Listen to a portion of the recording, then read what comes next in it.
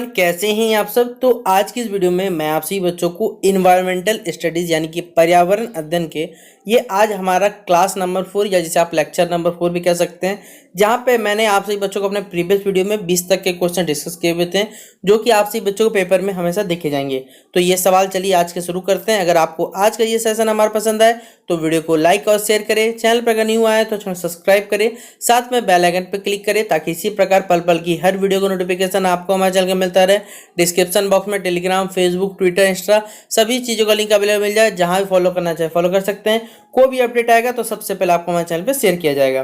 देखिए, पहला सवाल पूछा जा सकता है कि फॉरेस्ट मैनेजमेंट यानी कि जो हमारा वन प्रबंधन है उसमें क्या बहुत सारे स्कोप है। आप खुद सोचिए, जो फॉरेस्ट मैनेजमेंट काम करता है भाई, वहाँ बहुत से काम रहते हैं। तो बहुत से काम मतलब वहाँ बहुत सारे आपके स्कोप रहेंगे कि आप ये कर सकते हैं, वो कर सकते हैं। आप खुद सोचिए, क्या है वहाँ एक ही चीज़ है कि सिर्फ आपको बेसिक जानवरों को ध्यान रखना है या पेड़ पौधों को ध्यान रखना अच्छे से? नहीं, वहाँ बहुत सारे ऐसे छोटे छोटे काम रहते हैं जहाँ पर आप सही बच्चे वहाँ काम कर सकते हैं या फिर जो लोग वहाँ वर्क करते हैं। इसलिए यहाँ पर बहुत सारे स्कोप देखे जाते हैं, नए नए प्रजातियों को खोज किया जाता है। तो ये ऑप्शन एकदम सही है। तो ऑप्शन नंबर ए क्या हो जाएगा, इसका राइट आंसर हो जाएगा। फिर अगला बोला गया है कि which of the following is a branch of forestry. इनमें से कौन सा एक फॉरेस्ट्री का ब्रांच है? वनों का यहाँ पर एक ब्रांच बताना है, आपको मालूम होना चाहिए। प्रोटेक्शन फॉरेस्ट्री क्या आपका फॉरेस्ट का ब्रांच होता है? डिफॉरेस्टेशन नहीं, फॉरेस्ट मैनेजमेंट जो वन प्रबंधन होता है वो बेसिकली क्या है, फॉरेस्ट्री का एक ब्रांच होता है हमारे पास। इसलिए ऑप्शन नंबर क्या हो जाएगा, सी नंबर, फॉरेस्ट मैनेजमेंट इसका राइट आंसर हो जाएगा। फिर which one of the following is not the best way to stop deforestation. आप लोगों को मालूम होगा कि एफॉरेस्टेशन मतलब क्या होता है बच्चों, ज्यादा से ज्यादा हम पेड़ लगाएं, और डिफॉरेस्टेशन मतलब होता है पेड़ों की जो अंधाधुंध कटाई होती है उन्हें डिफॉरेस्टेशन कहा जाता है। तो इनमें से कौन सा सही तरीका नहीं है डिफॉरेस्टेशन को रोकने का, यानी पेड़ पौधे को काटने को रोकने के लिए कौन सा ऑप्शन सही नहीं है, ये आपको बताना है। पहला है प्लांटिंग ट्रीज। तो आप खुद बताइए, अगर आप पेड़ पौधे ज्यादा कट रहे हैं तो अगर हम ज्यादा पेड़ लगाएं तो बच सकता है, तो ये ऑप्शन तो भाई एकदम सही है। दूसरा ऑप्शन नंबर सी पहले पढ़ लेते हैं हम लोग, गो पेपरलेस। आपको मालूम होगा हमारा जो संसद चल रहा है या जो भी जैसे यूपी का संसद जो है वो पेपरलेस काम करता है। यानी पहले जो पेपर से पेपर किससे मिलता है, तो हमें प्लांट्स ट्रीज से मिलता है, और वो ट्रीज बेसिकली क्या होता है, ट्रीज को हमें काटना पड़ता है। तो अगर हम पेपरलेस कोई काम करते हैं तो हम क्या कर सकते हैं, पेड़ पौधों को बचा सकते हैं। तो ये भी डिफॉरेस्टेशन रोकने का तरीका तो नहीं हो सकता। ऑप्शन नंबर डी है ईट वेजिटेरियन मील्स एज ऑप्टेन है। देखिए, हम लोग जितना हो सके वेजिटेरियन मील्स को क्या करें, बेसिकली पॉसिबल प्रिपेयर करें, ताकि क्या होगा, जो भी वेजिटेरियन मील्स खाएंगे उनसे हमारा स्वास्थ्य भी सही रहेगा और पेड़ पौधों भी बच्चे हमारे बस बचे हुए रहेंगे। ऑप्शन नंबर जो बी दिया हुआ है, पढ़िए इसको, क्या है, नॉट इनकरेजिंग। आप लोगों को क्या करिए, इनकरेज मत करिए। जैसे हम लोग जानते हैं भाई 3 आर हमने पढ़े हुए हैं, रिड्यूस, रीयूज और रिसाइकिल। उसमें हम लोग क्या करते हैं, देखिए बहुत सारे ऐसे प्रोडक्ट्स हैं, जैसे आपको मालूम होगा कि आप सही बच्चे देखिए पेन्स का इस्तेमाल करते हैं लिखने के लिए। आप उन पेन को बेसिकली घर पे छोटे छोटे रूप बेसिकली लेवल पर बात करें तो आप उनका किन से रीयूज या रिसाइकिल करवा सकते हैं। आप उनको एक जगह इकट्ठा करिए, फिर आपके घर के आसपास जो भी कोई कूड़े वाला कभी आता है आप उसको दे दीजिएगा, तो वो क्या करेगा, उस पेन को बेसिकली रिसाइकिल करने के लिए फैक्ट्री में दे दिया जाता है। तो हम क्या रिसाइकिल अगर नहीं करेंगे, रिसाइकिल प्रोडक्ट अगर नहीं करेंगे तो आप खुद सकते हैं पेड़ पौधा बच सकता है। इसलिए यही ऑप्शन हमारे पास गलत है। बेसिकली ऑप्शन नंबर क्या हो जाएगा, बी नंबर इसका राइट आंसर होगा। फिर अगला बोला गया हमारे पास, देखिए 4 सवाल दिया, सॉरी 1 सवाल दिया हुआ, 4 आपको फॉरेस्ट का नाम दिया हुआ। एक ऐसा फॉरेस्ट हमें बताना है, the forest which are regarded as the most valuable as far as the conservation of forest and wild life resources are concern with are called. देखिए, हमारे पास एक ऐसा फॉरेस्ट यानी एक ऐसा वन बताना है जो कि क्या है, जो बेसिकली बहुत ज़्यादा वैल्यूएबल है, जिसका मान कब बढ़ जाता है, क्योंकि वो बेसिकली फॉरेस्ट में जो रहने वाले जीव जंतु हो गए, पेड़ पौधे हो गए, वाइल्ड लाइफ रिसोर्सेज जो वहाँ पाए जाते हैं उनके संरक्षण के लिए बेसिकली वहाँ पाया जाता है। उस प्रकार के फॉरेस्ट को हम लोग क्या कहते हैं, प्रोटेक्टेड फॉरेस्ट कहते हैं, अनक्लास्ड फॉरेस्ट कहा जाता है, रिजर्व फॉरेस्ट कहा जाता है, या फिर प्राइवेट फॉरेस्ट के नाम से जाना जाता है। तो ये जो फॉरेस्ट होता है, बेसिकली ये जंगल होता है, वो क्या कहलाता है, रिजर्व फॉरेस्ट, यानी संरक्षित जो वन होते हैं वो इसके अंतर्गत आते हैं। तो ऑप्शन नंबर क्या हो जाएगा, सी नंबर इसका राइट आंसर हो जाएगा।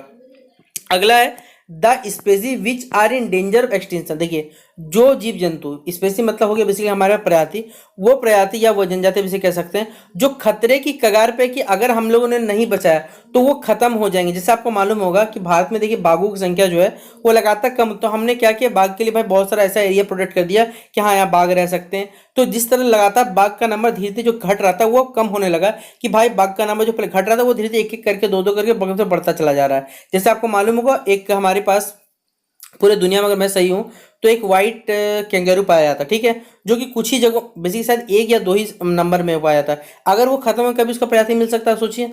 तो उन सभी को हम लोग क्या बोलते हैं बच्चों, इंडेंजरेड बोला जाता है हमारे पास, रखिएगा। तो ऑप्शन नंबर ए क्या हो जाएगा, इसका राइट आंसर होगा। फिर mining is an important factor behind deforestation. आप खुद सोचिए, डिफॉरेस्टेशन मतलब होता है पेड़ पौधे कटाई, और पेड़ पौधे कटाई सबसे बेसिकली सबसे इंपॉर्टेंट कारण क्यों बना, जैसे अगर हम अपने लेवल बात करें तो झरिया, रानीगंज, ये वो क्षेत्र है जहां पर बेसिकली देखिएगा तो माइनिंग वाला क्षेत्र है। और ये माइनिंग वाला क्षेत्र इतना बड़ा जो क्षेत्र है, वहाँ आसपास कोई भी आपको पेड़ पौधा नहीं दिखेगा, बहुत बड़े लेवल पे कुछ नहीं दिखने वाला, कोई हरा भरा चीज नहीं है। तो ये डिफॉरेस्टेशन का ही असर है ना, डी हमने माइनिंग किया तो माइनिंग से भाई डिफॉरेस्टेशन बढ़ेगा, ऑब्वियसली बात है। तो एकदम इंपॉर्टेंट फैक्टर है, एकदम सही है, इसलिए ऑप्शन नंबर क्या हो जाएगा, ए नंबर इसका राइट आंसर हो जाएगा।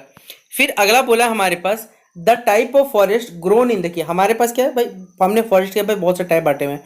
एक ऐसा फॉरेस्ट बताना है जो कि हिमालयन माउंटेन रीजन, यानी हमारे पास हिमालय का जो पर्वतीय वाला क्षेत्र है या पहाड़ वाला क्षेत्र है उसमें पाया जाता है। उस प्रकार के वनों को हम लोग क्या कहते हैं, आपको चार नाम दिए गए, broad leaf forest, coniferous forest, deciduous होता है हमारे पास। तो ये जो बेसिकली वन पाए जाते हैं, ये वन को हम क्या बोलते हैं, कन्फेरियस फॉरेस्ट के नाम से जानते हैं, इसलिए क्या हो जाएगा, ऑप्शन नंबर बी इसका राइट आंसर हो जाएगा।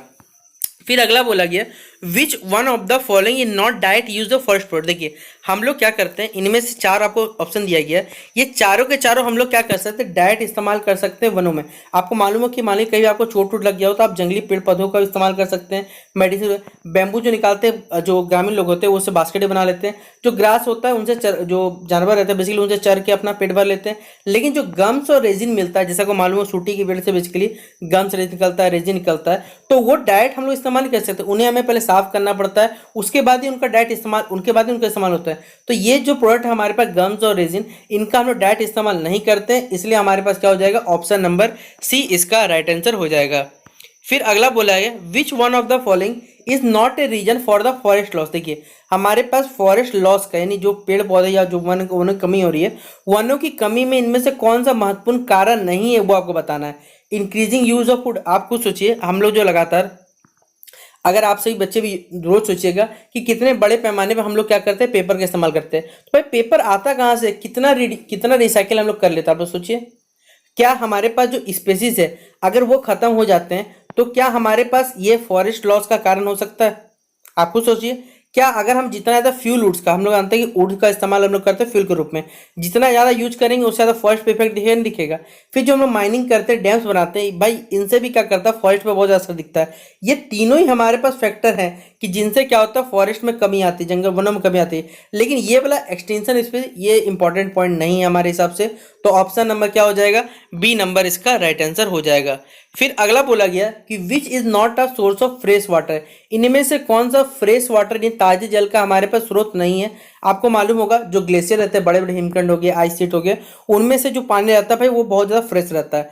ग्राउंड वाटर जो हमारे चापाकल से कुएं से आता है ग्राउंड वाटर कहते हैं, जिसे भौमजल हिंदी में कहा जाता है, जो कि एक फ्रेश वाटर में कंसीडर किया जाता है। फिर जो सरफेस रन ऑफ, मतलब जैसे आपको मालूम है नदी में, नदी के ऊपर जो पानी बहता है वो पानी भी हमारे पास क्या है, एक फ्रेश वाटर रूप में लोग ग्रामीण क्षेत्रों में, शहर में नहीं बोल सकते हैं, लेकिन ग्रामीण क्षेत्रों में ये पानी भैया साफ रहता है। लेकिन जो ओशियन का पानी है, यानी जो ओशियन नमक समुद्र का जो पानी है हमारे पास, वो क्या होता है भाई, खारा होता है, जो बहुत ज़्यादा नमकीन है, जिसको हम लोग डायरेक्ट तो इस्तेमाल नहीं कर सकते। तो फ्रेश वाटर ये नहीं होता है, इसलिए क्या हो जाएगा, ऑप्शन नंबर डी क्या हो जाएगा, इसका राइट आंसर हो जाएगा।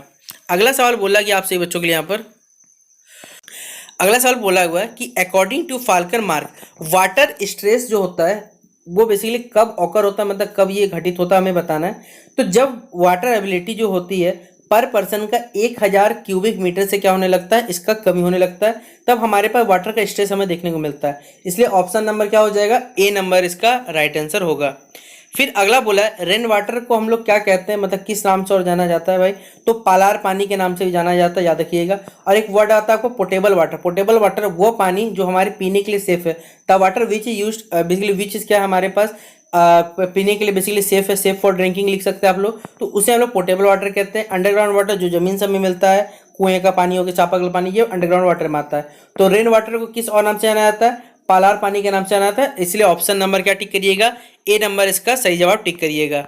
फिर अगला बोला हुआ है the major source of fresh water. देखिए हमारे भारत में जो सबसे ज़्यादा फ्रेश वाटर जो पाया जाता है वो इंडिया में, वो कैसे पाया जाता है, तो भाई ग्राउंड वाटर में। क्योंकि आपसे ही बच्चों के घर में भी अगर बात की जाए तो भाई या तो कुआं होगा या चापाकल आपके घर में होगा, जिससे हम लोग क्या करते हैं बेसिकली ग्राउंड वाटर के पानी हम लोग क्या करते हैं, हम लोग घरों में मिलता है, और वही पानी को देखिए हम लोग या तो फिल्टर के थ्रू साफ करवा लेते हैं या फिर फिल्टर का पानी का यूज़ करते होंगे, एक्वागार्ड जो भी आपके घर में होगा उसके रूप में हम लोग इस्तेमाल करें। लेकिन अगर मेनली जो सोर्स हमारे पास वो है ग्राउंड वाटर का पानी का, हम लोग डायरेक्ट इस्तेमाल भी करते हैं। फिर अगला बोला है roof top rain water harvesting system. देखिए हमारे पास, हमारे यहाँ तो नहीं बोलूँगा, लेकिन भाई जो राजस्थान में जो लोग रहते हैं आपको मालूम होगा वहाँ पर पानी की बहुत ज़्यादा दिक्कत है। वो अपने छतों से जो निकलने वाला पानी है उसे क्या करते हैं, घर के सामने एक छोटा सा गड्ढा बना देते हैं या एक नीचे घर ही बना देते हैं, जिससे वो सारा का सारा जो पानी रहेगा वो ग्राउंड में चला जाता है और वो पानी का वो इस्तेमाल कर सकते हैं। तो roof top rain water harvesting का वैसे इस्तेमाल ही किया जाता है ताकि ग्राउंड वाटर बेसिकली जो हमारा भौम जल है उसको हम रिचार्ज कर सके, फिर से वो क्या हो सके, यूज हो सके हमारे पास। इसलिए ऑप्शन नंबर क्या हो जाएगा, ए नंबर इसका राइट आंसर हो जाएगा।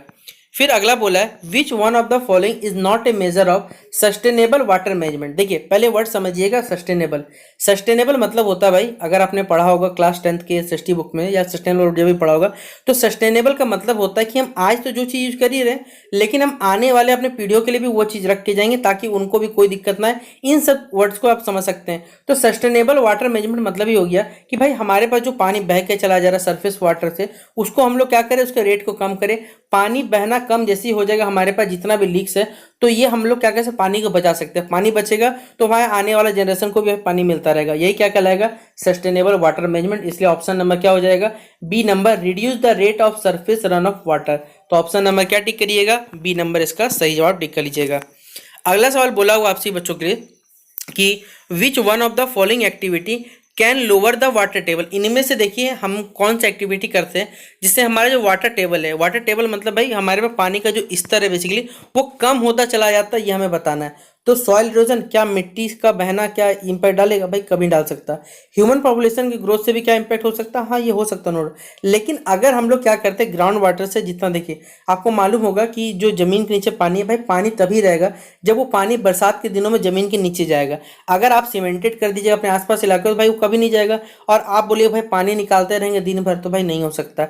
इसलिए हमारे पास over extraction of ground water basically हमारे पास एक इंपॉर्टेंट रोल प्ले करता है पानी की कमी में वाटर टेबल में। इसलिए ऑप्शन नंबर क्या हो जाएगा, सी नंबर इसका राइट आंसर होगा।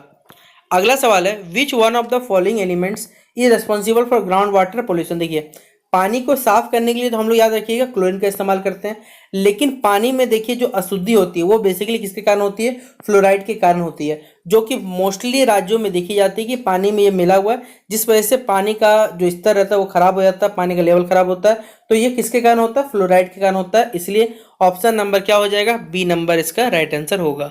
फिर which of the following energy resource is renewable. Renewable मतलब भाई फिर से जिसे हम प्राप्त कर सकते हैं, हमने बताया था। क्या कोल एक बार खत्म हो जाएगा फिर से आपको मिलेगा, आप सोचिए, तो भाई नहीं मिल सकता।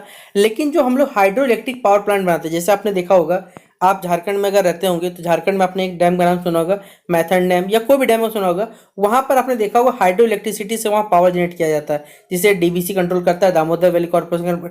तो वो क्या करता है, पानी से, सोचिए बेसिकली आपने क्लास 10th में मोटर पढ़ा होगा तो आपको याद होगा वहाँ पर कि किस प्रकार प्रिंसिपल वर्क करता है। तो एनर्जी सोर्स हमारे रिन्यूएबल कौन सा है, वो है हाइड्रो इलेक्ट्रिक पावर प्लांट है हमारे पास। तो ऑप्शन नंबर क्या हो जाएगा, बी नंबर इसका राइट आंसर होगा।